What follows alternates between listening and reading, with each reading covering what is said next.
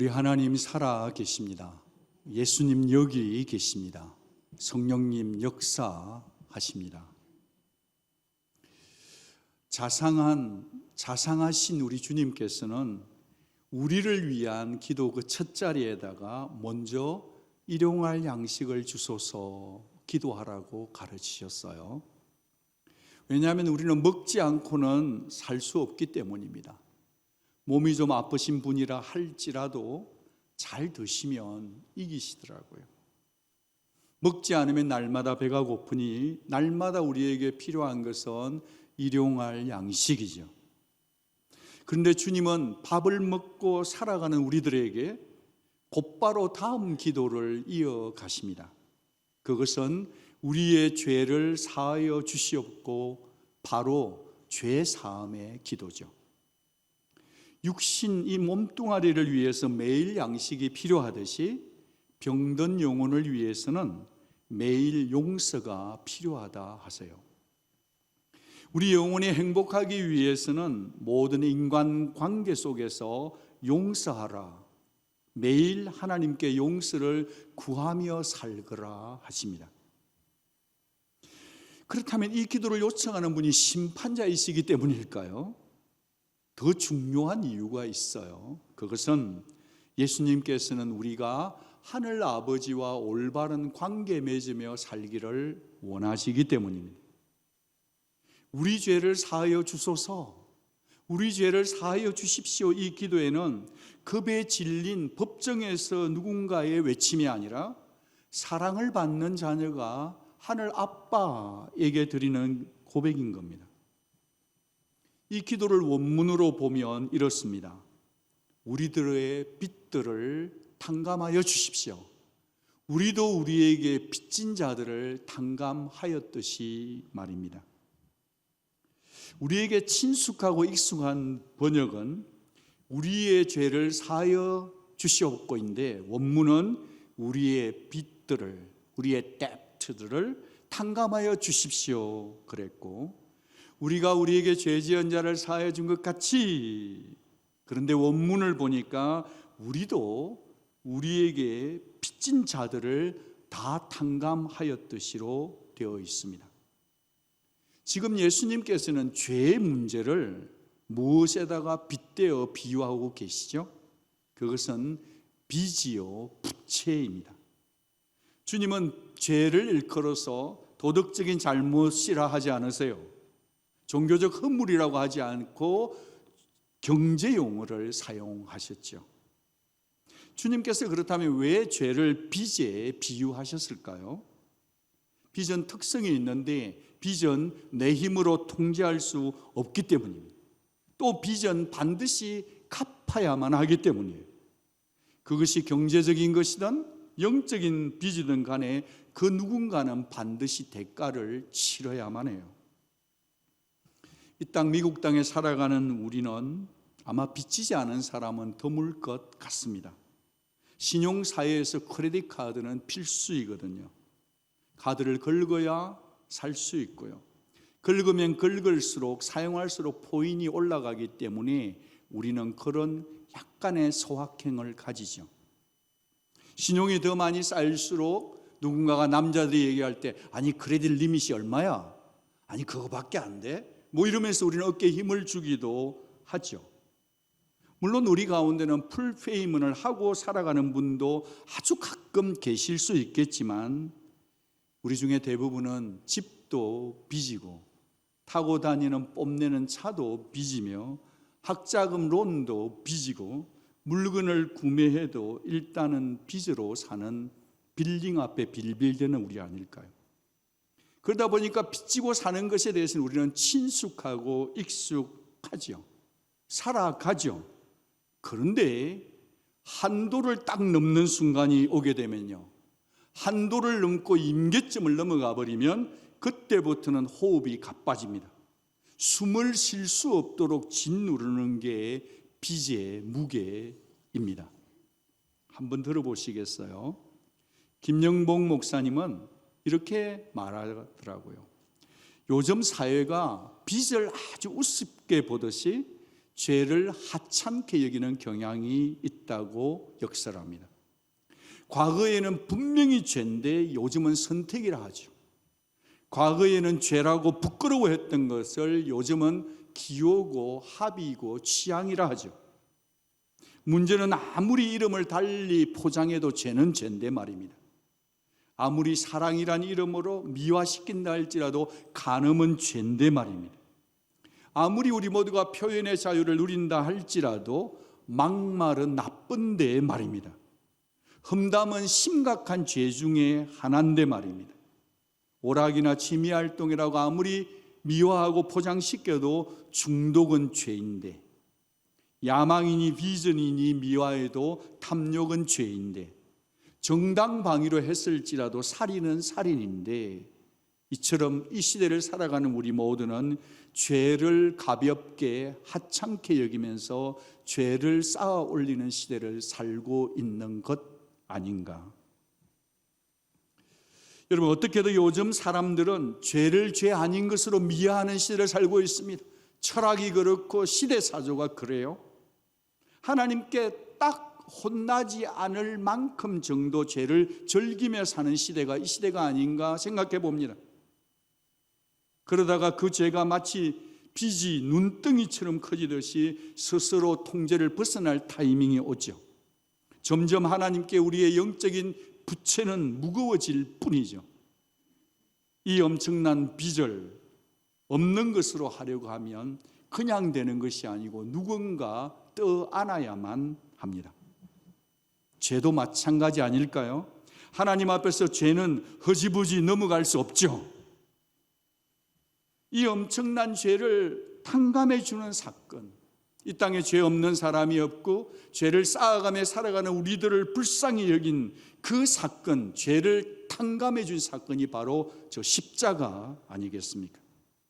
그러니까요, 십자가는 죄를 눈감아 준 사건이 아니라 저와 여러분의 모든 빚을 대신 예수께 걸머지운 희생의 십자가인 거죠. 예수님이 십자가에서 테텔레스타이, it is finished, paid off 하셨다 했는데 다 이루신 건 뭐냐? 바로 저와 여러분의 죄를 용서해 주는 것을 다 이루신 줄 믿습니다. 그분의 피로 말입니다. 여러분, 회심한 사람, 예수를 믿는 사람은 더 이상 정죄받지 않습니다. 그 누구도 저 사람은 죄인이라고 송사할 수 없습니다. 손가락질할 수도 없죠. 그런데도 주님께서는 우리에게 매일 발을 씻듯이 매일의 죄 사함을 구하는 기도를 하고 살아라 요청합니다. 여러분, 빵 주세요 기도했다면 빵 받으면 그만이에요.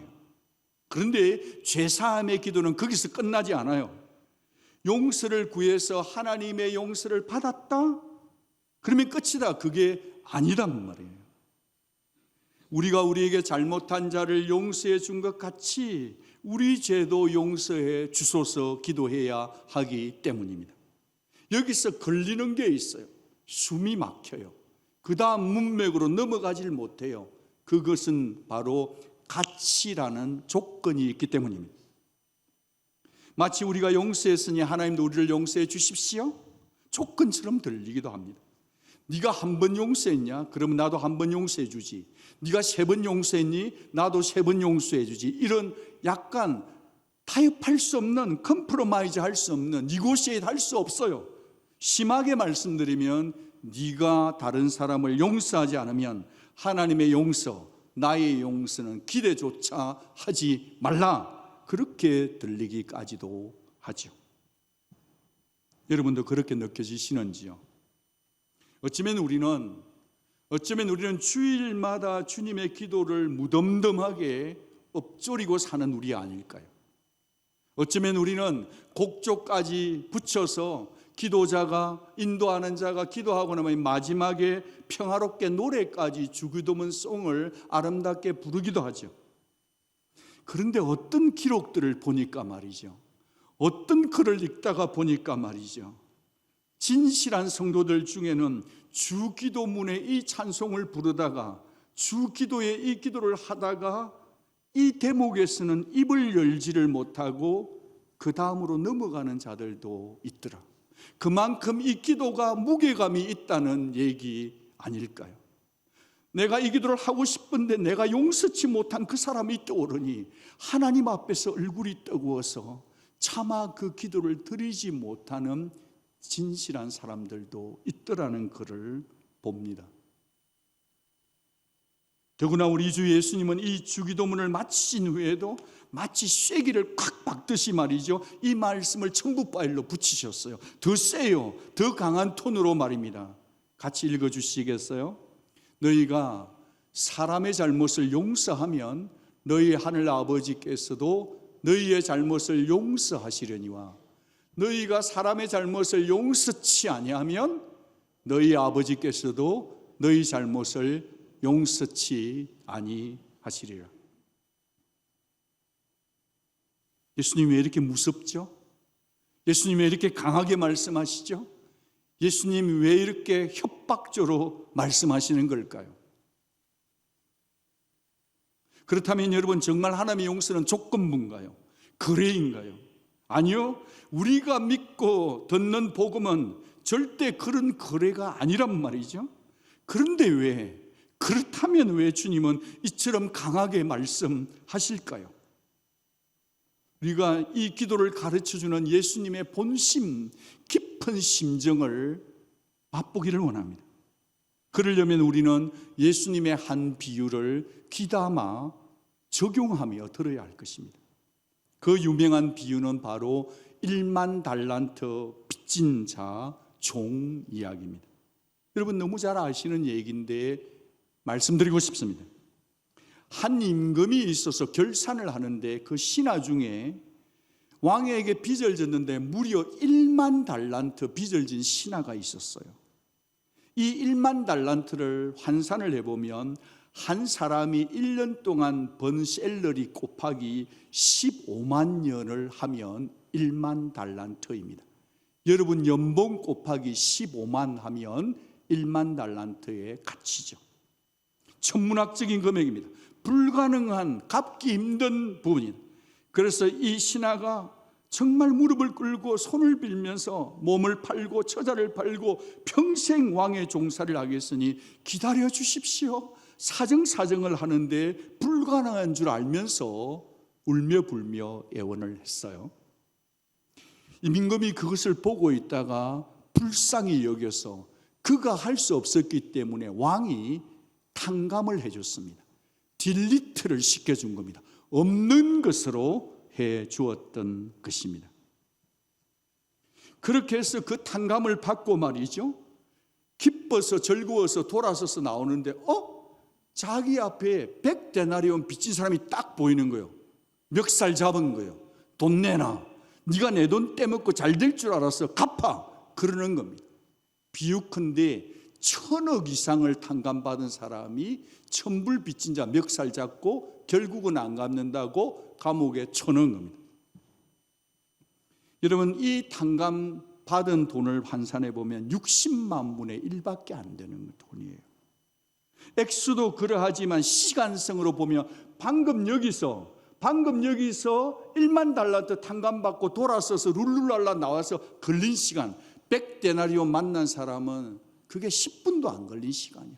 돌아 나오면서 그렇게 되었단 말이에요. 사람이 그러면 안 되는 거죠. 사람이라면 이래서는 안 되는 거죠. 그 소식을 전해 들은 임금의 말 속에, 거친 음성 속에 주님 마음이 거기 녹아 있어요. 같이 한번 읽어주시겠습니까? 내가 너를 불쌍히 여김과 같이 너도 내 동료를 불쌍히 여김이 마땅하지 아니하냐. 여기에 가치가 있습니다. 이 가치가 우리의 기도의 키워드예요. 무게중심이에요. 용서는 조건부가 아니라는 겁니다. 용서는 자연스러워야 되고 깨달아서 자연스럽게 흘려보내야 된다는 겁니다. 아니, 그렇게 엄청난 은혜를 입어놓고서는 용서를 못 해주는 게 말이 되냐? 그래 놓고 네가 내 앞에 나와서 용서를 빌고 있니? 그러면 내가 너 용서해 주고 싶겠냐? 이것이 하나님 아버지의 마음이고 하나님 아버지의 판단입니다. 여러분, 사람을 용서하는 것은 참 힘이 듭니다. 여러분은 그런 사람 없기를 바라지만 이 땅에 살아가는 우리 모두는 다 누구나 한두 명 정도는 그 사람이 있죠. 그렇지만 하나님이 내게 어떤 용서를 베풀어 주셨는지, 얼마를 탕감해 줬는지를 제대로 알고 올바르게 알고 정확히 계산을 해서 안다면 용서는 시작될 수 있더라. 그래도 도대체가 용서가 안 되고 용서해 주기 싫다면 여러분들은 크리스천으로서 나는 애시당초 과연 하나님이 나의 엄청난 죄악을 다 탕감해 주셨다는 이 사실을 제대로 믿는지를 되짚어 보아야 합니다. 용서받은 자에게는 용서가 긍휼의 마음이 자연스럽다는 것이 주님의 뜻이요 기도 속의 가르침입니다. 제법 시간이 지나간 사건이긴 합니다만 훈훈한 기사를 읽은 적이 있습니다. 한국의 한 육군 사격장에서 정말 누군가가 쏜 연습용 총탄에 맞아서 한 병사가, 젊은 청춘이 죽었습니다. 죽은 아들에 대한 그 소식을 들은 아버지의 반응은 참 특별했습니다. 느닷없이 장대 같은 아들의 죽음 소식을 들었으니 그 유탄, 빗나간 총알 쏜 병사가 죽이도록 믿고 싶지 않았겠습니까? 그런데 그 아버지는 엄벌을 처해달라, 허술한 사격장에 대한 책임져라, 국가가 보상해라, 이것이 정의다, 그러지를 않았더라는 겁니다. 대신에 그 아버지는 이렇게 말했습니다. 그 유탄을 쏜 병사를 찾지 말아 주십시오. 그 병사도 어쩌면 나처럼 자식을 군대에 보낸 어느 부모의 자식 아니겠습니까? 그 병사가 밝혀지면 그 병사도, 그 부모도 평생 자책감과 죄책감에 시달리며 살아야 하지 않겠습니까? 저는 그분이 크리스천인지 아닌지는 모릅니다. 그렇지만 그분에게 있었던 것이 있었으니 긍휼히 여기는 마음이었습니다. 그 긍휼이 누군가를 살린 것이죠. 여러분, 우리가 살고 있는 요즘 시대에 어떻습니까? 디모데후서 3장이 알려주는 말세의 특징이 있습니다. 처처의 전쟁과 지진과 이상기온 현상이니 우리가 살고 있는 이 시대가 말세 아닐까요? 그런데 말세는 단지 전쟁과 지진, 홍수로 규정하지 않습니다. 거기에 보면 사람의 마음이, 상태가 말세의 정표, 심톰이라고 하네요. 무성하며 원통함을 풀지 않는다. 끝까지 풀지 않는 사람들, 끝까지 원한을 품는 사람들, 점점 마음이, 사랑이 차가워져서 얼음장같이 되어서 용서와는 거리가 아주 먼 사람들. 이 시대가 그런 시대 아닐까요? 그래서 우리 주님께서는 이런 세대 가운데 주님의 기도 문을 통해서, 기도하는 우리를 통해서 너희들은 세상의 흐름에 썰려 내려가지 말고 도리어 거슬러 위로 역행하며 살라고, 기도자로 살아달라고 요청하는 것 아닐까요? 알라스카에 강의를 때 수많은 연어들이 그 고통스러운 중에서도 자기의 몸과 살갗을, 상처를 내면서도 물을 거슬러 올라가 종족 보존을 위해 산란하는 것처럼 말이죠. 성도들은, 주님의 기도를 주께로부터 배우는 자들은 세상의 물결을 거슬러 살아가도록 부름받은 자인 줄 믿습니다. 성도인 우리는 그들과 다른 용서해 줄 이유가 충분한 사람들이기 때문입니다. 그래서 저는 이 기도는 한국어 번역의 오해의 여지를 생각할 때 현대적으로 이렇게 어역해서 읽는 것이 좋은 것 같습니다. 한번 보시면, 이웃의 잘못을 이미 기꺼이 용서한 것처럼 주님, 우리의 죄 또한 용서하여 주시옵소서. 이웃의 잘못을 이미 기꺼이 용서한 것처럼 주님, 우리의 죄 또한 사하여 주옵소서. 중요한 것은 그 앞에 있는 parenthesis, 괄호 아니에요.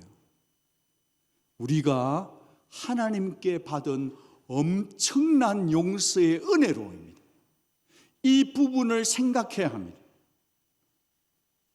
여러분, 내가 이웃의 잘못을 용서해 준 것도 과거형으로 되어 있습니다. 내가 그리 산다는 말이죠. 어떻게 그게 가능해요? 용서하기 힘든데 어떻게 그렇게 살 수 있어요? 그렇게 살 수 있는 원동력, 그렇게 살 수 있는 근거, 그렇게 살 수 있는 이유는 뭐냐? 하나님께 받은 용서. God forgave my sins and then I forgive others' sins. 내가 먼저 용서를 받았기 때문에, 그 큰 사랑이기 때문에, 1만 달란트이기 때문에 내가 나에게 죄 지은 100데나리온의 사람들을 용서해 줘야 된다. 그 얘기를 하는 것입니다.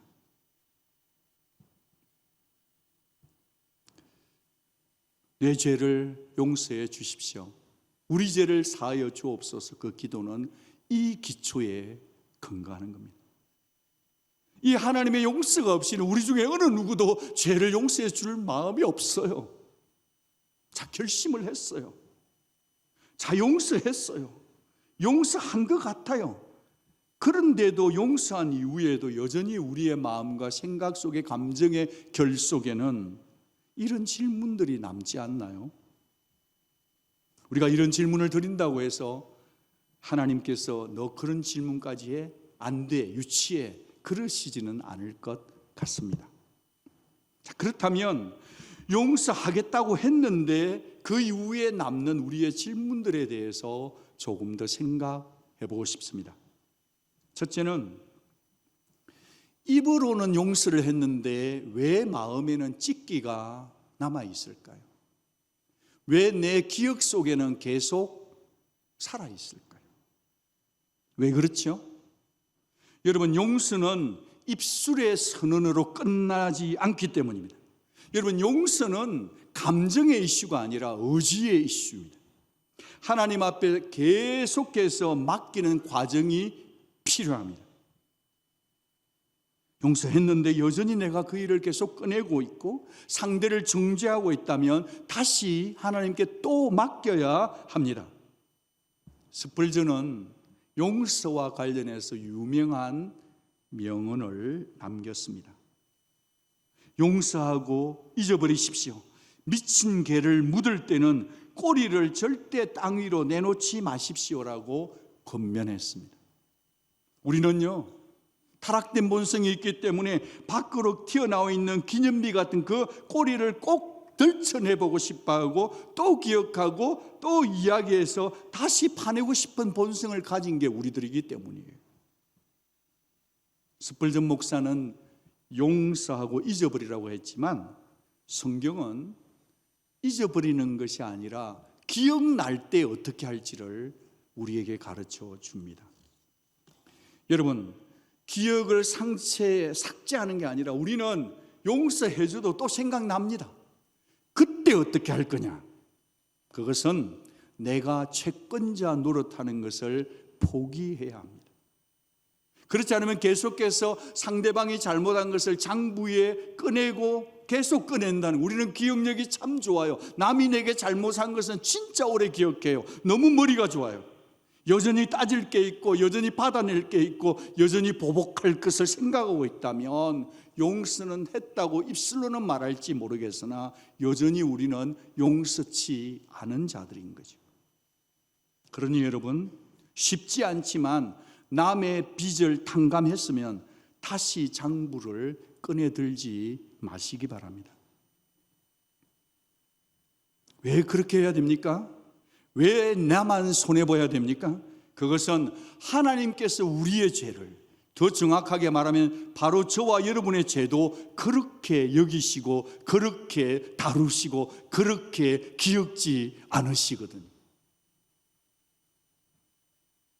생각이 나더라도, 찢기가 남더라도 때로는 그 기억이 너무 선명하고 상처의 생채기가 아픔을 주고 분노가 치밀을 수 있을지라도, 그러나 그때 우리는 주님의 기도를 배운 성도는 외쳐야 합니다. 나는 다시는 청구하지 않으리라고 말로 선포해야 합니다. 말로 할 뿐 아니라 마음을 지켜내야 되는 것입니다. 자, 둘째인데 우리 같이 한번 읽어보아 주시겠어요?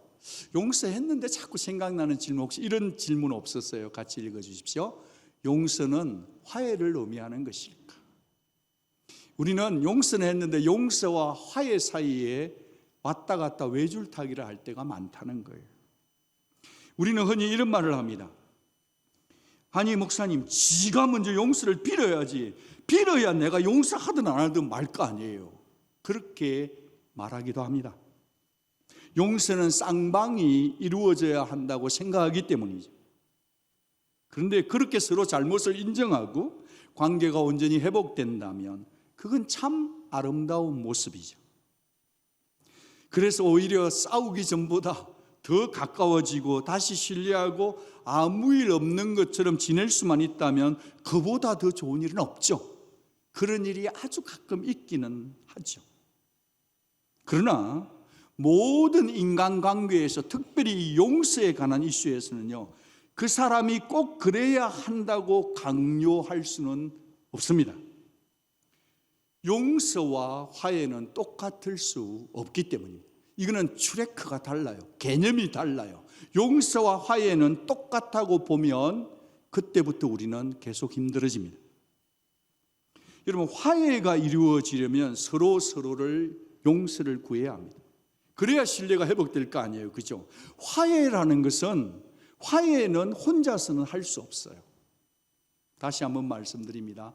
화해는 혼자서는 할 수가 없어요. 그러나 여기서 중요합니다. 상대가 용서할 기미가 없어.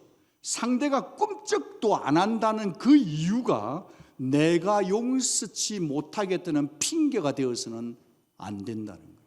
다시 한번 말씀드릴게요. 상대가 아직 용서를 구하지도 않아. 꿈쩍도 안 해. 그렇다고 해서 내가 용서 못할 핑계를 삼아서는 안 된다는 거예요. 상대가 사과를 하든 안 하든 용서는 먼저 나로부터 하나님 앞에서 내가 해야만 할 일인 것입니다. 죄 용서 하나님으로부터 받았다면, 주님의 기도를 듣고 배워서 안다면 용서는 저 사람과 상관없이 내가 해야 될 일이라는 거예요.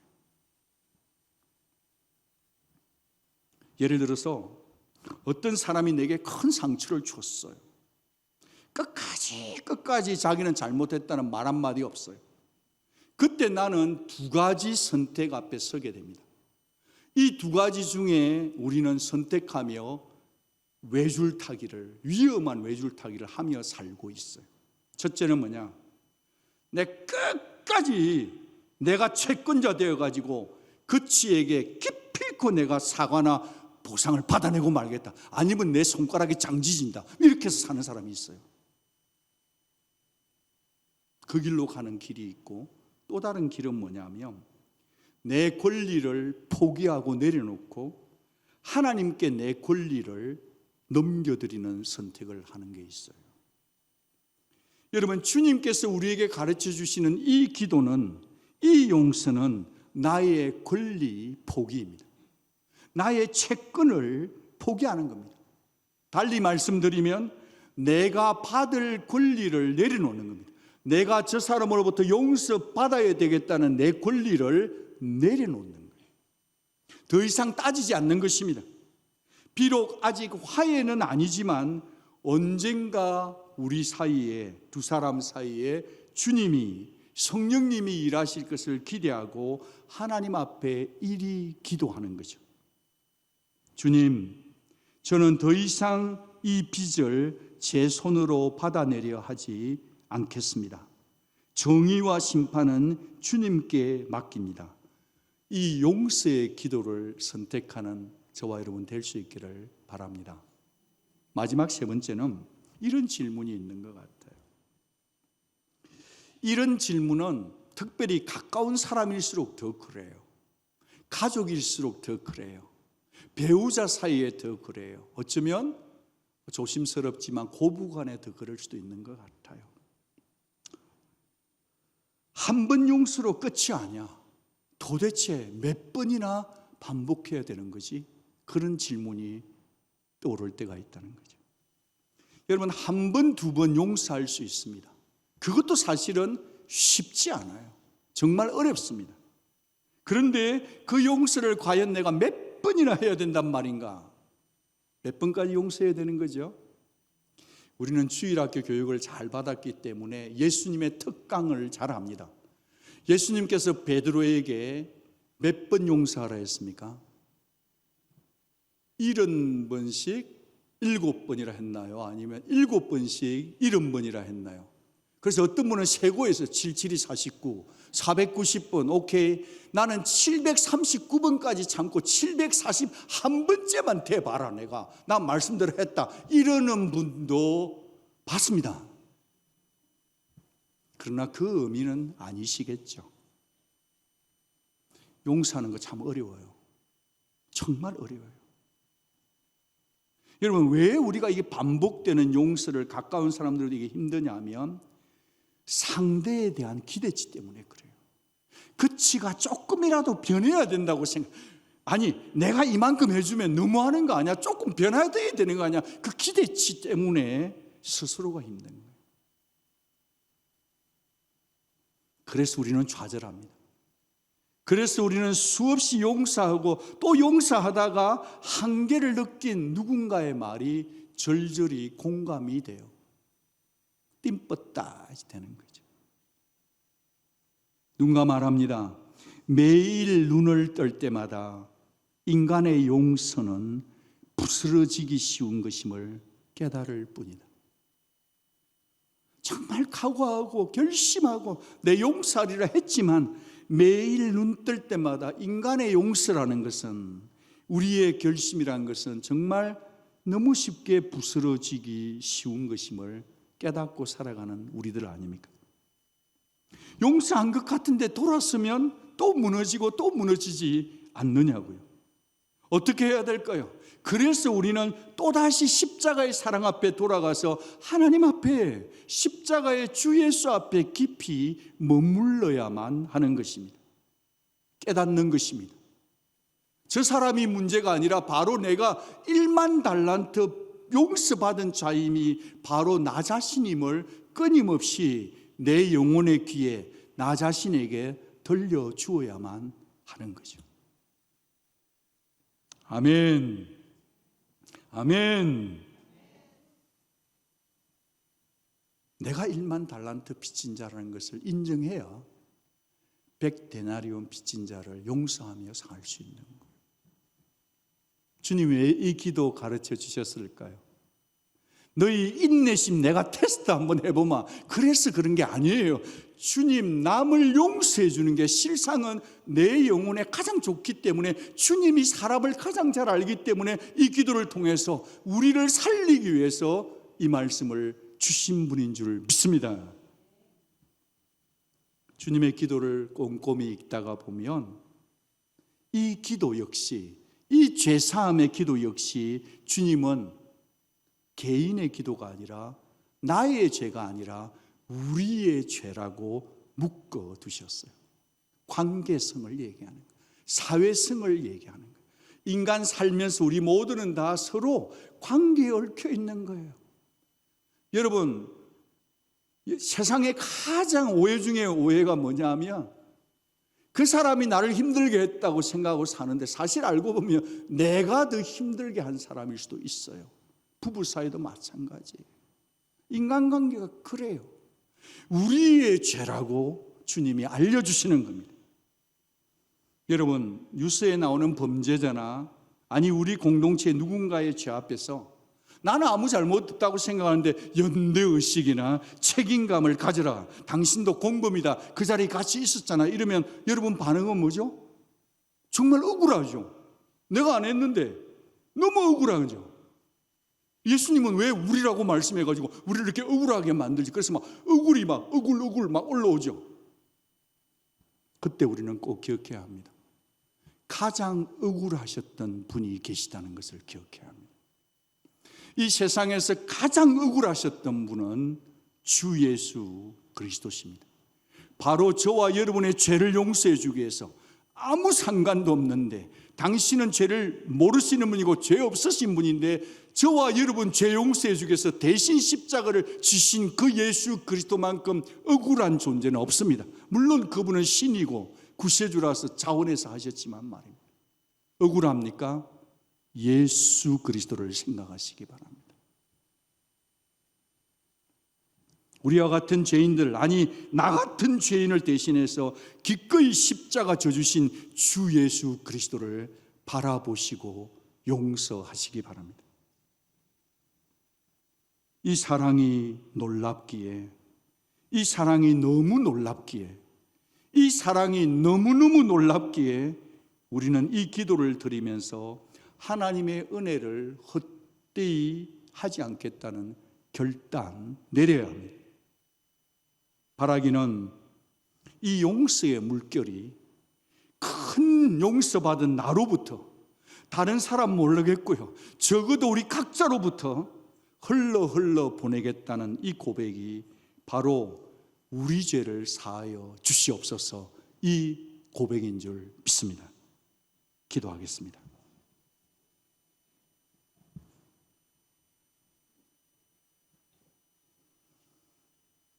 용서라는 주제만큼 뜨거운 감자는 없습니다.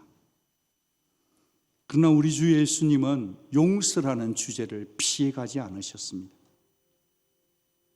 우리는 살다가 힘들면 안 보면 되지 뭐, 제끼지 뭐, 얼굴 돌려버리지 뭐, 연락 끊지 뭐, 그렇게 쉽게 말합니다. 충분히 이해될 때도 있습니다. 그만큼 감정이 뜨거워졌고 억울했기 때문이겠죠. 그런데 예수님은 우리에게 그래라 하지 않으십니다. 용서만이 답이다, 살 길이다 하시네요. 용서 외에 다른 답이 있었다면 주님이 무엇 때문에 그 엄청난 십자가 고통을 치르셨겠습니까? 용서 외에는 답이 없기 때문입니다. 지금도 우리를 향하신 용서의 스토리는 계속되고 있는 것 아닙니까? 어제 지은 죄, 오늘 우리의 죄도 예수 그리스도 아니면 우리는 용서받지 못하는 자들 아닙니까? 그러니까요, 이 무한하신 사랑 앞에서 신고해서 감옥에 들어가야 될 자가 바로 나 자신이 아닌지, 그 사람이 아니라 내가 아닌지, 가장 가까운 가족 사이에서 부모 자녀 간에, 배우자 간에, 공동체 간에 이 시간에 우리 자신들을 성령 안에 돌아보며 기도했으면 합니다. 비록 우리의 용서가 미약할지라도, 용서했다 놓고서 또 용서가 안 될지라도, 그러니까요, 오늘 다시 우리 죄를 사하여 주시옵소서 기도해야만 합니다. 날마다 기도해야 합니다. 순간마다 기도해야 합니다. 용서는 나를 살리는 자유입니다. 우리 힘으로 할 수 없습니다. 그러니 이 시간 기도하십시다.